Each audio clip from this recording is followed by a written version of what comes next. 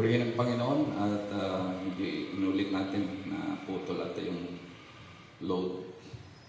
Uulitin lang natin mula sa simula dahil napaka-excellent nung so, nandito po tayo sa Deuteronomio 7, kapitong kabanata po ng aklat ng Deuteronomio. Ang utos po sa kanila ng Panginoon ay ganito: pagdating ninyo sa lupaing ibibigay sa inyo ng Panginoon, at kapag nasakop na ninyo ang 7 bansang nauna sa inyo roon, mga bansang mas malakas at malaki kaysa inyo, lipulin ninyo silang lahat. So this is words of guarantee ng tiyak na tagumpay na galing sa ating Panginoon. Sapagkat bagamat ang mga bansang 7 pangunahing bansa ito na kanilang sa papasukin nilang lupain, at ang sabi ng Panginoon malalakas at malalaki ito, gayon pa man ang utos sa kanila, lipulin ninyo silang lahat. Huwag ninyo silang kaawaan, huwag kayong makipagkaisa sa kanila. Puksain ninyo ang lahat ng bansang ipapasakop niya sa inyo, huwag ninyo silang kaawaan. So sa utos na ito pa yung mga tao, hindi po ito mga parang gubat na papasukin nila patos lahat ng mga buhay na nila lang doon ay papatay nila. Mga tao po ito eh. At maaaring may magsasabing masyadong inhuman, hindi makatao itong utos na ito sa kanila ng Panginoon. Napakalupit dahil papatayan nila lahat. No mercy, sabi doon. Ngayon, sa mga kasama ko na nag-aral mula sa simula, lalo tigit sa Exodus, nakita natin kung bakit ang mga taong ito ay pinalilipol ng Panginoong Diyos. Sapagkat ang mga tao kong ito ay sobrang napakasasama. Sa lahat ng lahi sa buong mundo, sila po ay karumal-dumal sa paningin ng Panginoon dahil ang kanilang mga pinaggagawa ay laban sa kagustuhan ng ating Panginoon. Now, kasama po sa kabanata na ito muli ay ang babala laban sa pagsamba sa mga Diyos-Diyosan. Ang sabi po rito, huwag kayong papayag na mapangasawa ng inyong mga anak ang mga anak nila. Ito ay patakaran na ho talaga. Maging si Abraham, si Isaac, at kanyang lahi. Si Abraham, wala pang patakaran ganito eh. Talagang ayaw na niyang mag-asawa na hindi niya kalahi. Kalahi as in kamag-anak na malayo. Dahil hindi nga niya. Ang panganib po doon, hindi mo kabisado yung mga yan. Now dito, lalo na dito, di ba? Na ang mga taong ito ay karumal-dumal sa paningin ng Panginoon, kaya natural lamang na ipagbawal sa kanila ang makipag-asawa sa mga yon, sa mga anak nila. At isa yan sa pangunahing utos sa mga Israelita, huwag papayag na mapangasawa ng kanilang mga anak, ang mga anak ng mga lahi na kanilang dadatnan. Ang isa sa dahilan ng Panginoon ay ito, pagkat tiyak na hihikayatin nila ang inyong mga anak upang tumalikod sa Panginoon at sumamba sa kanilang Diyos-Diyosan. So maging sa panahon natin ngayon, applicable po itong ganitong klaseng advice. Actually, sa kanila utos, restriction talaga. Pero sa atin, strong advice sa panahon natin ngayon. Payo natin ito. Huwag makipag-asawa sa hindi ka pananampalataya. Dahil nga po yung panganib.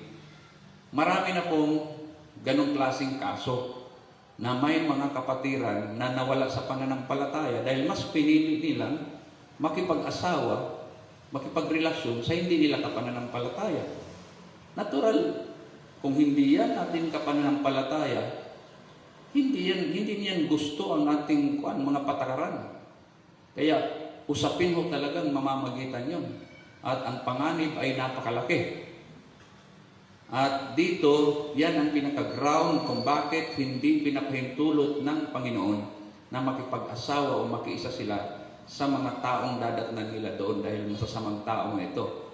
At ang sabi diyan, hihikayatin nila ang inyong mga anak upang tumalikod sa Panginoon at sumamba sa kanilang mga Diyos-Diyosan. Ngayon, may lumabag ba dito? Meron. At anong nangyari? Doon sa aklat ng Bilang, nakita natin doon na sa aklat ng Bilang, may mga gumawa niyan. Sumamba sila sa Diyos-Diyosan ng mga lupain kanilang dinaanan. Pinatay sila ng ating Panginoon. At ito pa, kilalang tao sa Biblia ang gumawa niyan. Si Solomon. Tingnan niyo ang kasaysayan ni Solomon, yung anak ni Haring David. Nung siya'y tumanda na, nakipag-asawa siya sa mga hindi Israelita na sumasamba sa mga Diyos-Diyosan. Alam niyo, bandang huli, si Solomon, sumamba rin sa mga Diyos-Diyosan ng kanyang asawa at nagpagawa pa ng mga altar para sa mga ito. So kita mo ang panganib. Kaya sa atin sa bagong tipan, maganda na sanang ipagbawal, pero binibigyan natin ngayon ng desisyon yung tao. Kaya pinapayuhan na lamang natin. Strong advice na hanggat maaari ay huwag makipagrelasyon o mag-asawa nang hindi ka pananampalataya dahil malalagay siya sa panganib dyan. May mga kaso din naman na nadadala nila yung kanilang kasintahan, yung kanilang asawa. Pero may kahirapan din sa iba. At may panganib na sila pa. Yung pananampalataya nila ang malalagay sa alanganin. Dito tayo sa pagbabawal ng bawal sa pagsamba ng Diyos-Diyosan. Huwag din ninyong sasambahin ang kanilang mga Diyos-Diyosan. Ano ang Diyos-Diyosan? Yung mga kinikilala, dinadalanginan, sinasamba ng mga tao na Diyos na hindi naman talaga toong Diyos. Iyan ang patibong na naghihintay sa inyo roon. Ayan. Kasi itong mga taong ito, isa sa talamak nilang kasalanan ay ang pagsamba sa Diyos-Diyosan. Now, sa kasunod na aklat niyan, mula sa aklat ni Josue at marami pong mga Diyos-Diyosan na pinangalanan dyan. Ang pinaka-chief po doon, pinakapangunahin nga yung Baal. Pero marami pa yan, papangalanan yan dyan ng mga Diyos-Diyosan.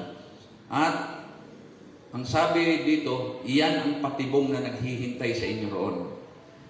Ngayon, bakit sinabing yan ay patibong? Tandaan natin na itong mga Israelita na ito na papasok sa lupang pangako ay mga hindi talaga sila full-grown na mananampalataya. Itong batch na ito, itong henerasyon na ito, na papasok na kasama nila ni Josue at ni Caleb sa lupang pangako, ay dito na sila sa ilang tinuruan tungkol sa pananampalataya. Maaring ang iba sa kanila ay ipinanganak sa Ehipto. No? At under 20 sila nung sila'y lumabas sa Ehipto. At ngayon, sila itong sa ilang, sila yung doon lamang sila natuto tungkol sa Diyos at sa pananampalataya. Kaya grabe ang paalala sa kanila ni Moises. Yan ang dahilan kung bakit may Deuteronomio, pangalawang pag-uulit sa pagsasabi ng mga batas ng Diyos. Pinaalalahanan sila ng husto. Dahil nga, hindi yan mga full-grown na mga mananampalataya. Hindi yan mga inborn at full-grown na mananampalataya. Yan ay tinuruan na lamang doon sa ilang. At yung mga yan ay na-expose kahit papaano sa mga Diyos-Diyosan ng Ehipto. Kapag nagkagayon, pag sila'y sasamba sa mga Diyos-Diyosan ng mga tao kanilang dadatnan, magagalit sa inyo ang Panginoon at kayo ay kanyang lilipulin agad. Sa chapter 6, pag-aaral natin nung nakaraan, ang Diyos ay mapanibughuin. Huwag nating itutulad ang Diyos sa anumang mga bagay na nilikha niya at ipapantay natin siya at ituturing nating mga Diyos ang mga iyon. Gibain ninyo ang kanilang mga altar, pagpuputol-putulin ang kanilang mga rebulto, ibagsak ang kanilang asyera, at sunugin ang mga imahen. Ganito po, total destruction. Anumang mga bagay na konektado sa pagsamba sa Diyos-Diyosan, ang sabi ng Panginoon, pagpasok nyo roon, sirain ninyo lahat yan. Dahil kung hindi nila sisirain yun, ibig sabihin, meron silang reservation, meron silang pagpapahalaga, at magiging patibong sa kanila yun, mga bagay na yun. Inyong susunugin sa apoy ang mga larawang inanyuan na kanilang mga Diyos. So ito'y pagpapakita ng galit ng Panginoon laban sa ganitong klaseng gawain. Kaya ang kanyang utos talagang sirain, walang ititira na kahit anong bahagi sa mga bagay nito. Total destruction. Huwag mong, ito pa ha, hinanay ko na ito lahat. Kaya verse 25 na ito eh. Huwag mong pagnanasaan ang pilak o ang ginto na nasa mga iyon, ni kukunin mo para sa iyo upang ikaw ay huwag mabitag nito sapagkat ito ay karumaldumal sa Panginoon. Ang tinutukoy po dito na pilak at ginto ay yung materialis na ginamit sa paggawa ng Diyos-Diyosan. Oh? Kasi siyempre, ano yun eh, ganon di ba? Hanggang sa ngayon naman eh, yung mga revolto eh, may mga silver, may mga ginto, may mga gawa sa mamahaling material. Ngayon, baka itong mga Israelita, manghihinayang sila dahil sabi ng Panginoon, sirain niyo yan, durugin niyo, sunugin niyo. Baka manghinayang sila, sayang yung pilak, sayang yung ginto. Sabihin na lang nila, tunawin na lang natin at itago natin ang ginto at pilak. Pero ang kautusan ay huwag mong pagnanasaan yung pilak o ginto na ginamit na materyales para gumawa ng Diyos-Diyosan, upang ikaw ay huwag mabitag nito sapagkat ito ay karumaldumal sa Panginoon. Kaya nga, nabanggit natin na lahat ng konektado sa pagsamba sa Diyos-Diyosan, kahit yung mga kagamitan nila yan ay karumaldumal sa Panginoon dahil minsan inihandog na nila yan sa mga Diyos-Diyosan. At alam niyo ba, ang pagsamba sa mga Diyos-Diyosan, yung mga hindi totoong Diyos, mga larawan, revolto na kung anumang nilikha, yan po ay parang pagsamba sa mga demonyo. Sinabi ni Apostol Pablo sa Bagong Tipan yan, yung mga nag-aalay sa mga Diyos-Diyosan, ang totoo niyan, ang sabi ni Pablo, nag-aalay sa demonyo yung mga yan. Kaya ang pagsamba sa mga pagdalangin sa mga revolto ay hindi sa tunay na Diyos yan iniukol, kundi sa mga bagay na kinagagalitan ng Diyos, kaya ay pagsamba sa demonyo, pagsunod sa pandaraya ng demonyo. Salamat sa Panginoon na pinalaya tayo sa mga bagay na yan at itinuro sa atin na hinahanap ng Diyos ay yung totoong sumasamba sa Kanya sa espiritu at katotohanan, hindi sa revolto at sa mga larawan. Ang tunay na pagsamba sa Diyos ay sambahin siya sa espiritu at katotohanan, hindi sa paggamit ng mga revolto at mga larawan. Galit dyan ang Diyos. Huwag mo. So pati yung mga, kung yan may ginto, halimbawa, dumating kayo sa ganyang pananampalataya, kung mayroon kayong ganyan, tapos nabuksan ang inyong pangunawa tungkol sa katotohanan na ang Diyos ay hindi mo pwedeng igawa ng anumang mga larawan ng mga nilikha niya, at ikaw ay pinatnubayan ng Espiritu ng Diyos para isurrender mo yan, isuko mo yan sa mga tunay na mananampalataya, hayaan mo yan ay mawala sa iyo. Huwag mong panghinayanan yan dahil yan ay karumaldumal sa ating Panginoon. Huwag kang magpapasok ng karumaldumal sa iyong bahay. Baka ikaw ay maging isang isinumpa na gaya niyon. So ang tinutukoy po dito ay yung mga Diyos-Diyosan. Huwag kang magpapasok kahit ang sabi doon sa verse 20, ang sinunda ng verse, nasabi doon, yung pilak o ginto na ginamit sa paggawa sa kanila, huwag mong pagnanasaan yun. Huwag mong ipasok sa bahay mo yun. Kahit pa tinunaw mo na yun. No, nawala na yung anyo ng Diyos-Diyosan, tapos yun na lang natira, yung pilak at ginto, huwag mong ipapasok sa bahay mo yun. Dahil yun ay naging karumaldumal na sa Diyos. No? Lubos mong kasusuklaman iyon at kamumuhian iyon, sapagkat yun ay bagay na isinumpa. Kaya nga para sa Panginoon, sunugin mo yan, durugin yan, at huwag ng pagnanasaan pa. So yan po yun. Makita natin doon, ang utos sa kanila, yung mga tao ay lipulin, at yung huwag silang gumaya sa mga taong ito na sumasamba sa Diyos-Diyosan. Ang Diyos lamang ang dapat sambahin. At dito naman ay makikita natin sa mga kasunod na talata ang tiyak na tagumpay para sa mga Israelita. Kanina sa unang talata, sabi ng Panginoon doon, kahit malalakas yan, malalaking bansa, lipulin ninyo. Ibig sabihin ng Panginoon, malilipol ninyo yan. Kasi sinabi niya eh, hindi naman yung basta pinahamak ng ating Panginoon, parang pinalakas ng ang loob, tapos yung pala, hindi naman nila kaya, hindi. Dito makikita natin ngayon ang karagdagang katiyakan, assurance, na talagang sila ay magtatagumpay laban sa malalakas at malalaking bansa na yun. Huwag ninyong ikabahala kung paano ninyo malulupig ang mga bansang yun. Di ba? Naalala niyo sa aklat ng Bilang, sabi nung 10 na inutusan ni Moises para isurvey yung lupain. Sabi nila, naku, hindi natin kaya yun. Malalaki ang tao ron. Mababangis sila. Kumakain sila ng tao. Sabi. Tapos dito ang sabi ng Panginoon sa intro sa kanila, malalakas at malalaking bansa ito. Pero ang sabi ng Panginoon, huwag ninyong ikabahala kung paano ninyo malulupig ang mga bansang iyon. Verse 18, huwag kayong matatakot sa kanilang dami at lakas. Alalahanin na lamang ninyo ang ginawa ng Panginoon sa Paraon at sa buong Ehipto. Ayun, pinaalala sa kanila, ang Ehipto, mas matindi ito. Napakalaking bansa nito. At kung sa army at sa army pa lang dynasty na ata sila noon. Talagang na sila, established na ang kanilang military forces. Pero sabi ng Panginoon, may nagawa ba sa akin ngayon? Huwag kayong mag-alala. Huwag kayong mabahala kung paano nyo matatalo yung mga yun. Alalahanin lang ninyo ang ginawa ko sa hari ng Ehipto at sa buong Ehipto. Ang malalagim na salot na kanyang ipinadala at ang mga kababalagang ipinamalas niya nang ialis niya karoon. Si Moises pala nagsasalita nito. So binibigyan niya ng garantiya ang mga Israelita na panalo sila. Ganoon din ang gagawin niya sa mga taong iyan na kinatatakutan ninyo. Sila ay pagharian ng matinding takot hanggang sa malipol pati yaong mga nakapagtago sa inyo. Matindi itong verse na ito. Sa mababaw na salin dyan.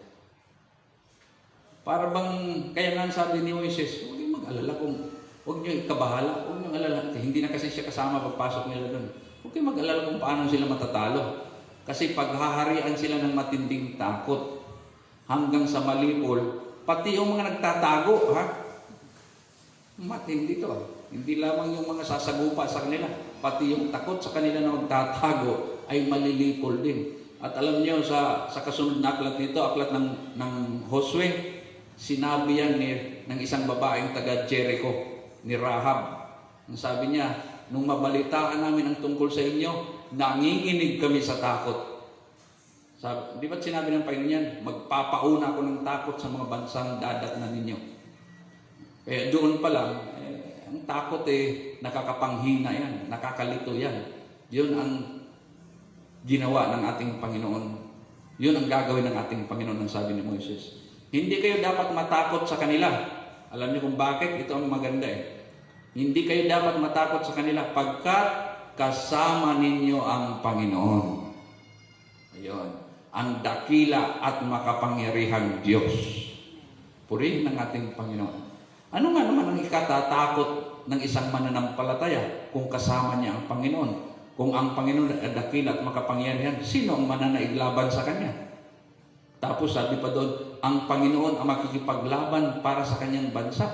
Hanggang sa ngayon, yun pa rin naman ang sitwasyon. Bagamat hindi tayo Israelita, pero ang sinasampalatayanan natin ay ang Panginoong Diyos ng Israel. So yun pa rin ang kanyang pamamaraan. Kaya nga, ang tinuturo sa atin, manalig sa Kanya, magtiwala sa Kanya. Huwag tayong magtiwala sa sarili natin. Talo tayo Wala tayong kalaban-laban dito. Pero pag tayo ay sumandal sa Panginoon, nagtiwala sa Panginoon, at siya na ang kumilos ang kanyang kapangyarihan, walang mananaiglaban sa kanya. Yan po ang pinakadahilan natin. Kaya tayo ay talagang grabe ang tiwala natin sa Panginoon para makasigurado tayo na hindi tayo matatalo sa anumang uri ng espiritual na pakikipagdigma pag ang Panginoon ay nasa panig natin.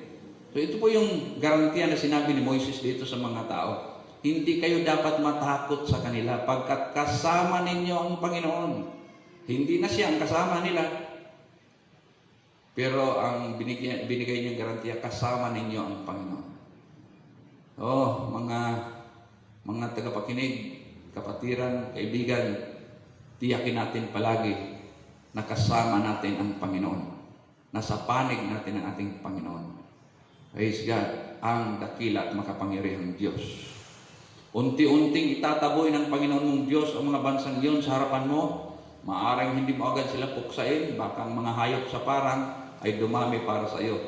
Yun din ang sinabi doon sa chapter 6. Hindi yan basta-basta pa itataboy ng Panginoon. Utay-utay po yan.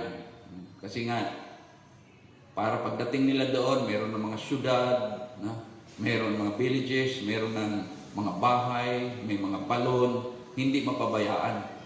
Kasi kung itaboy lahat yan, ang sabi doon, yung mga maiilap na hayop ang dadami at magsisilbing panganib pa sa kanila. Kundi ibibigay sila ng Panginoon mong Diyos sa harapan mo at pupuksain sila ng isang malaking pagkalito hanggang sa sila ay malipol. So ito ang strategy ng ating Panginoon. Bibigyan sila ng takot, bibigyan sila ng pagkalito hanggang sila ay malipol. Ito kung susundin lang talaga ng Israel yung strategy ng Panginoon, wala silang kahirap-hirap Parang magmamarcha lang sila at habang nagmamarcha sila, ino-occupy nila ang promised land. Ang mga tao ito, kahit hindi nila kakalabanin, hindi nila gigirahin, kusa itong tatakas sa takot sa kanila. Dahil ang sabi ng Panginoon, magpapauna ako ng takot sa kanila. Kanyang ibibigay ang kanilang mga hari sa iyong kamay at iyong papawiin ang kanilang pangalan sa ilalim ng langit. 7 malalaking bansa at malalakas na bansa, sabi doon. Pero conglomerates na yun. 7 lang ang binabanggit doon sa una at pangalawang verse. Pero yun ay, yung parang samahan na ng iba't ibang bansa. Mayroon lamang bansa at hari na namumuno sa kanila. Walang magtatagumpay laban sa iyo hanggang sa mapuksa mo sila. So kaya tiyak ang tagumpay, diba? Sa mananampalataya sa bagong tipan, wala man tayong ganitong labanan, physical na labanan. Wala tayong mga physical na taong kalaban na talagang. Pero ang garantiya galing sa Diyos ay ganun pa rin. Mayroon tayong pagtatagumpay sa ating pananampalataya. Noon, mga Israelita, may kakalabanan talaga silang mga tao. May posibilidad na sila makipagpatayan sa mga taong ito. Pero sa panahon natin ngayong Kristyanismo, wala pong ganyang kalagayan. Kaya, kung tutuusin, hindi ganun kahirap ang sitwasyon natin ngayon kaysa sitwasyon nila nung papasok sila sa lupang pangako. Sila nga talagang in-encourage na huwag silang susuko at huwag silang makiisa sa mga taong kanilang dadatnan. Ganun din sa atin ngayon. Wala naman tayong aktual na labanan hanggang yun namang mga sa panahon natin ngayon, wala na masyado yung ganyang mga pinapapatay ang mga mananampalataya Puro na lang salita yan, puro mga pambibintang, puro mga pananakot. Pero pag ang Diyos nga nandyan sa atin, ang sabi niya, walang taong magtatagumpay laban sa iyo hanggang sa mapuksa mo silang lahat. Sa atin naman, walang taong magtatagumpay laban sa atin hanggang sa tumigil na sila lahat. Dahil nasa panig natin o kasama natin ang Panginoon. Ang Israel ay bansang nakatalaga sa Panginoon. Sabi rito, kayo ay bansang nakatalaga sa Panginoon, sabi ni Moises. Hinirang niya kayo sa lahat ng bansa upang maging kanya. Yun ang ibig sabihin. Kayo ay bansang hinirang ng Panginoon. Same situation sa mga mananampalataya sa bagong tipan. Mas maraming tao ngayon kaysa nung panahon nila. Ganon din ang kalagayan natin in proportion. Kasi kung titingnan mo ang population ng mundo ng panahon nila, mas kakaunti kaysa panahon natin ngayon.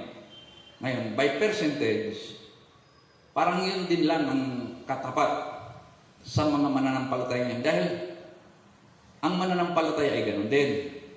Hinirang ng Panginoon ang mga mananampalataya.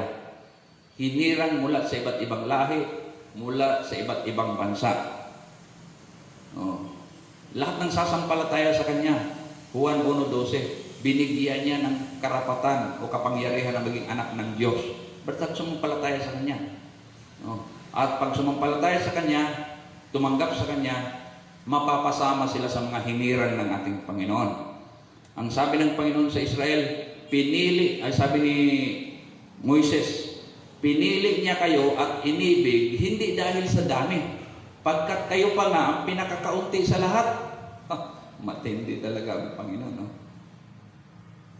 Hindi niya pinili ang Israel dahil madami sila. Kakaunti nga, sabi ni Moises. Tayo ngayon pinakakaunti sa lahat At isa pa, parang lagalag pa sila, wala pa silang sariling lupain. Pero pinili sila ng Panginoong Diyos. Ganon din ang mga mananampalatayang Kristiyano. Sa bagong tipan, ang sabi ng ating Panginoon, mas marami ang mapapahamak kaysa mga maliligtas. Kaya nga, ang sabi ng Panginoon, mapalad yung mga sumasampalataya sa Kanya at maliligtas. At kakaunti yan kung ihahambing sa mga mapapahamak. Kaya sabi ng Panginoon, pilitin niyo magsipasok sa makipot na pintuan.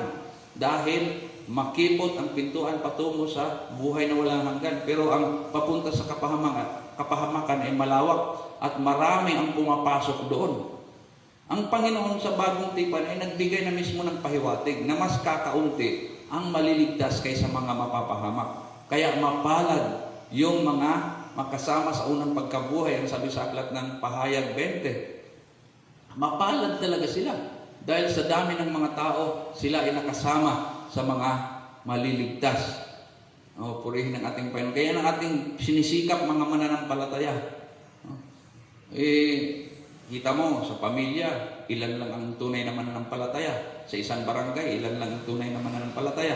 Sa isang bayan, napakalit ng porsyento ng tunay na mananampalataya. Wag, bagamat tayo ay nangangaral, humahayo para makadala tayo ng marami na maglingkod sa Panginoon. Pero sabihin ko sa inyo, kahit anong gawin natin, mas kakaunti talaga ang bilang ng tunay na mananampalataya kaysa mga hindi mananampalataya. Dadami man tayo, pero mas madami pa rin talaga ang hindi mananampalataya. Kaya sikapin natin na tayo ay mapabilang doon sa kakaunti na mananampalataya. Sabi nga ng Panginoon sa aklat ng Lucas, huwag kayong mag-alala, munting kawan. Tinawag niya na munting kawan yung mga mananampalataya. Dahil yun talagang pahiwatig ng Panginoon. So iyan ang ating sinisikap na tayo ay mapasama doon sa munting kawan ng ating Panginoon. Ang mga ililigtas at babalikan ng ating Panginoon.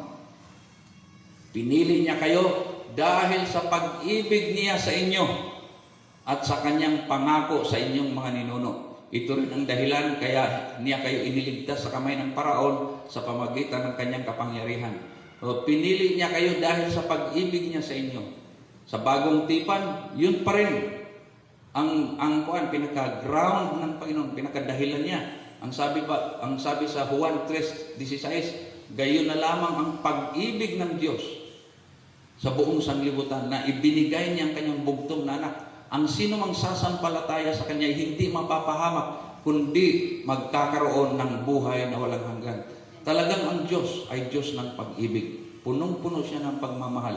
At paano natin masabi ng Diyos ay pag-ibig? Dahil yung tao na hindi karapat-dapat ay binigyan niya ng pagkakataon.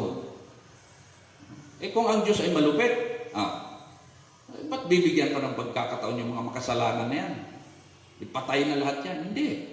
Nagpapakita ng pag-ibig ng Diyos, yung kababaang loob ng Panginoon, kabutihang loob ng ating Panginoon, na ang mga makasalanan ay binigyan niya ng pagkakataon. Alam niyo, ang makasalanan, bago siya nagsisi sa kanyang kasalanan, mayroon ng sinakripisyo, mayroon ng tagapagligtas na nauna sa kanya. Katulad sa atin, mayroon ng Kristo na napako sa krus para sa kabayaran sa ating mga kasalanan. Ang gagawin na lamang natin ngayon, tanggapin natin siya. Sumampalataya sa Kanya at sumunod tayo sa Kanya. Dahil mayroon ng tumubos sa mga kasalanan. Nasa atin na lang po yan kung gusto natin yan ay maranasan. At alam niyo, ang Diyos ay tapat.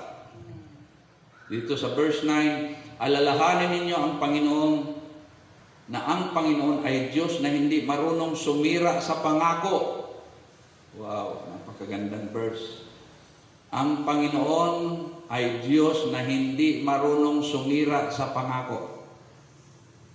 Totoo po yan. Tapat siya sa lahat ng umiibig at sumusunod sa Kanya. At ipinadarama niya ang Kanyang pagmamahal hanggang sa 1,000,000 lahi. Wow, maganda. So, pwede ninyong markahan yung mga verses na yan. Verse 9, alalahanin ninyo na ang Panginoon ay Diyos na hindi marunong sumira sa pangako. Nasa mababaw na salin po yan. Tapat siya sa lahat ng umiibig. Malinaw po ito Hindi po siya tapat sa lahat ng tao. kundi tapat siya sa lahat ng umiibig at sumusunod sa Kanya, at ipinadarama niya ang Kanyang pagmamahal hanggang sa ika-1,000 lahi. Basta't ang lahi na yan ay sumusunod sa ating Panginoon, yung magulang, yung anak, yung apo, hanggang sa susunod niyang salinlahi, kung yan ay natiling sumusunod at umiibig sa ating Panginoon, ipapadama niya ang Kanyang pagmamahal sa lahi na yan.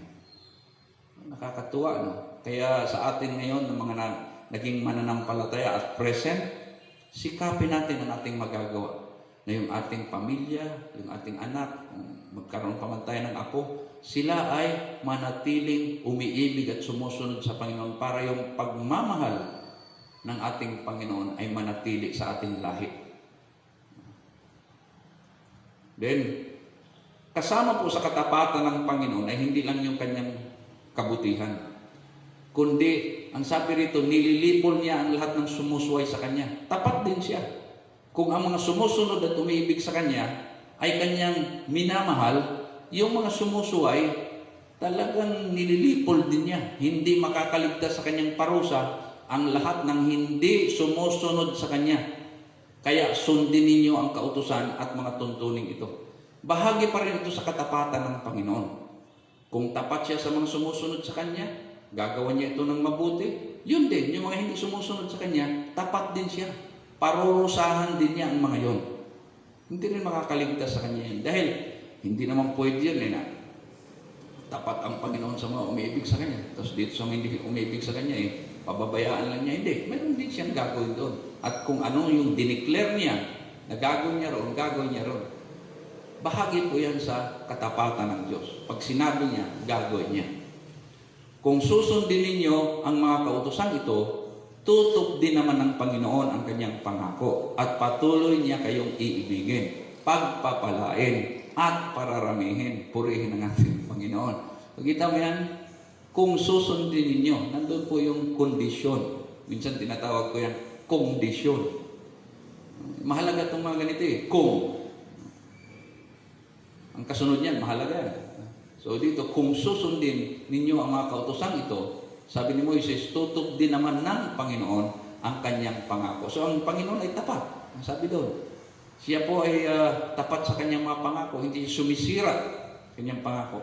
Patuloy niya kayong iibigin, pagpapalain, at pararamihin. Itong word na pagpapala, gustong-gusto ng marami yan. Pagpapala, pagpapala. So ang kasunod na bahagi nating titingnan dito sa chapter 7 ay ang mga pagpapala ng Diyos. Para maintindihan natin kung ano ba talaga ang pagpapala ng Diyos. Dahil sa tingin ko sa ngayon, sa aking pag-oobserba sa ating panahon, mayroon ng ibang pagkaintindi sa pagpapala. Sabagay, depende naman ho kasi yan kung kanino nila hinihintay yung sinasabi ng pagpapala. Pero sa ating mga mananampalataya, ang atin pong gustong matanggap ay ang mga pagpapala na nanggaling sa Diyos. So ito po ang ating pag-uusapan sa bahaging ito. Ito ata yung huling bahagi na ng ating aralin ngayong gabi. Ang mga pagpapala ng Diyos. Gusto natin yan. Pero ang mga pagpapala ng Diyos ay hindi lang pera at material. Kasi sa panahon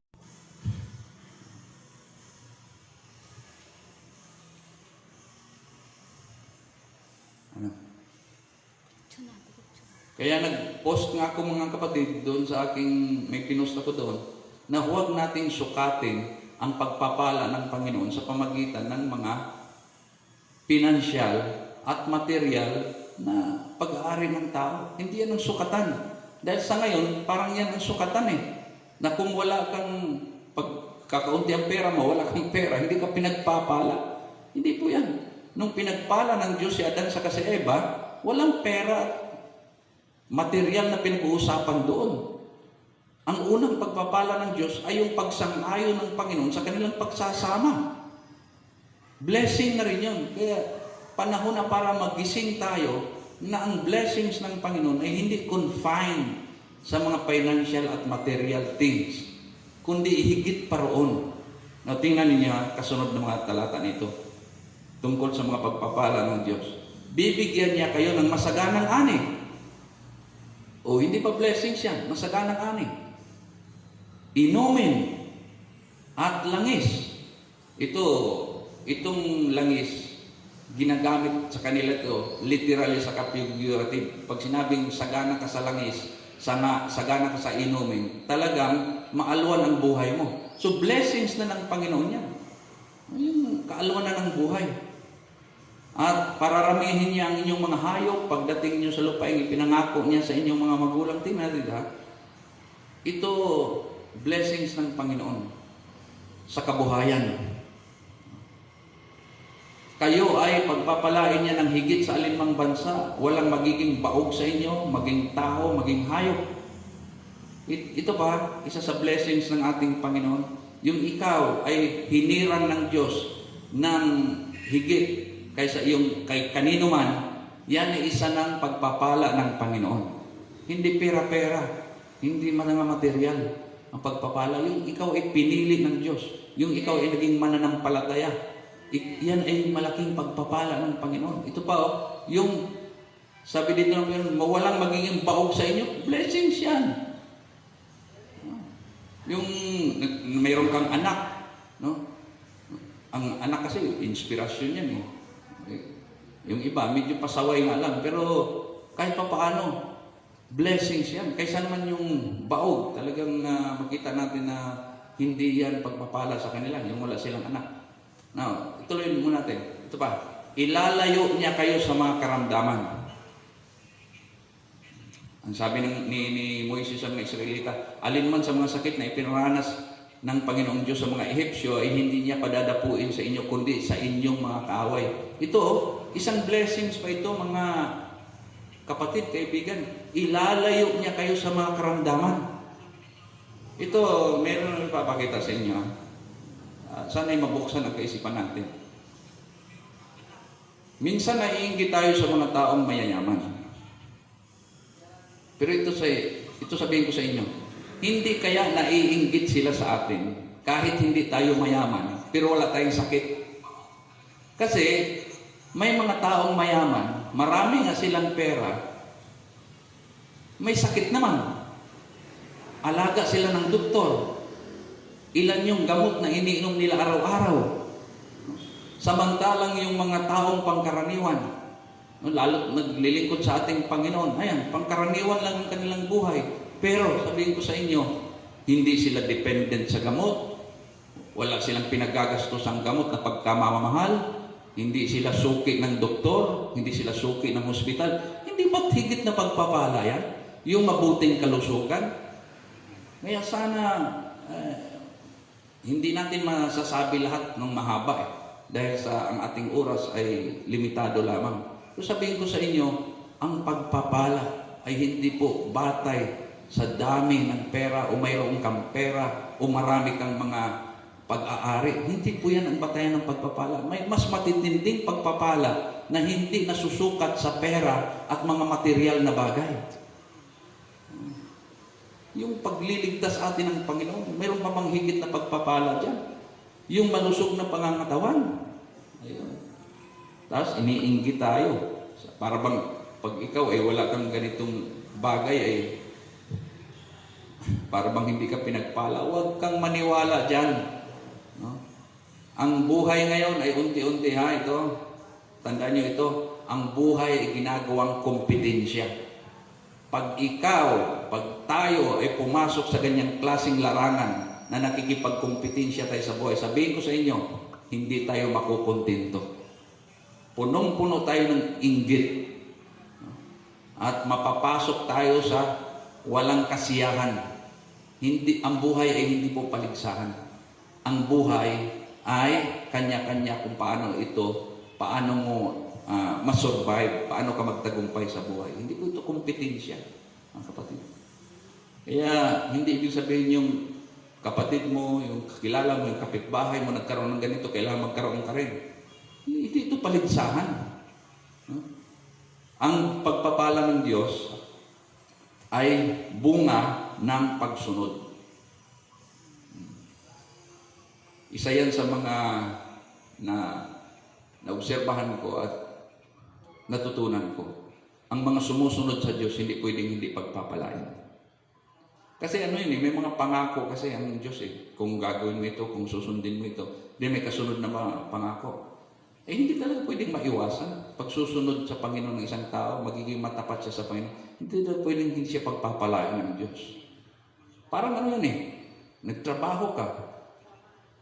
Hindi pwedeng hindi ka suswelduhan kasi nagtrabaho ka Yung ibig ko sabihin yung bang pumasok ka sa isang company o di kayo ganito, mayroong kasunduan, magtatrabaho ka, suswelduhan ka. Kung nagtrabaho ka, hindi pwedeng hindi ka suswelduhan. Karapatan mo talaga yun Ayaw mo man at sa gusto. Suswelduhan ka talaga. Pero kung hindi ka nagtrabaho, wala kang karapatan mag-demand ng sweldo. Sabihin ito, halimbawa, construction, pumasok ka ng construction. Pagkatapos, nung nandoon ka na, nakapasok ka na, tinanggap ka, hindi ka man nagtrabaho, paupo-upo ka lang. Tapos nung magsweldohan, pipila ka rin doon. Ay sabihin naman ng kabo ba't naman magdidemand ka ng sweldo? Hindi ka nga pumasok ka man, hindi ka nagtrabaho. O tatanggalin ka pa. Pero pag ikaw ay nagtrabaho, talagang kwentado sa oras yun. At ibibigay talaga sa iyo, sahod mo yun Ganon din sa Panginoon. Ang tingin ko, pag tayo talaga sumusunod sa Panginoon, ginagawa natin yung kanyang kagustuhan, hindi pwedeng wala kang reward. At yun ay mga pagpapala ng ating Panginoon. Ang pagpapala ng Diyos ay nakalaan sa mga sumusunod sa Kanya. Klaruhin po natin yan.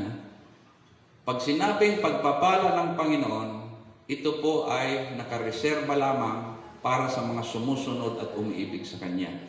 Anumang galing sa masamang paraan ay hindi pagpapala na mula sa Diyos. Malinaw po yan. Hindi po nanggagaling sa kasamaan ang pagpapala ng Panginoon. Ito po ang sabi ni Santiago sa kanyang sulat, Santiago 1:17. Ang bawat mabuti at ganap na kaloob ay nagmumula sa itaas, mula sa Ama na lumikha ng mga tanglaw sa kalangitan. Malinaw po yan Kaya hindi pwedeng ipagmalaki ng isang tao na siya yumaman, dumami ang kanyang kung ano ng mga naipundar niya. Pero alam naman na yan ay galing sa masamang paraan, hindi po yan pagpapala galing sa Panginoon.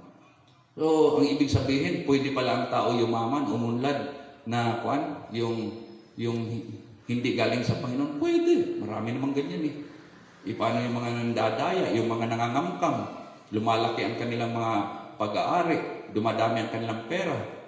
Masamang paraan yan. Hindi galing sa Diyos yan. Galing sa kanilang diskarte yan. Hindi pwedeng ipagmalaki na ito, pagpapala ng Diyos, blessings ng Panginoon. Hindi. Yung negosyante na nandadaya, hindi nagiging tapat sa pagpapasahod sa kanyang mga tauhan, hindi yan pagpapala galing sa Panginoon. Galing yan sa masama. Galing sa masama. So, purihin ang ating Panginoon at sana po sa mga bagay nating talakay ngayong gabi, sa maiksi nating pag-aaral, may mga napulot po tayo. Ang gaganda ng mga talata, Ngayon, pwede ninyong basahin na lamang yan. At gumagamit po ako ng iba't ibang salin.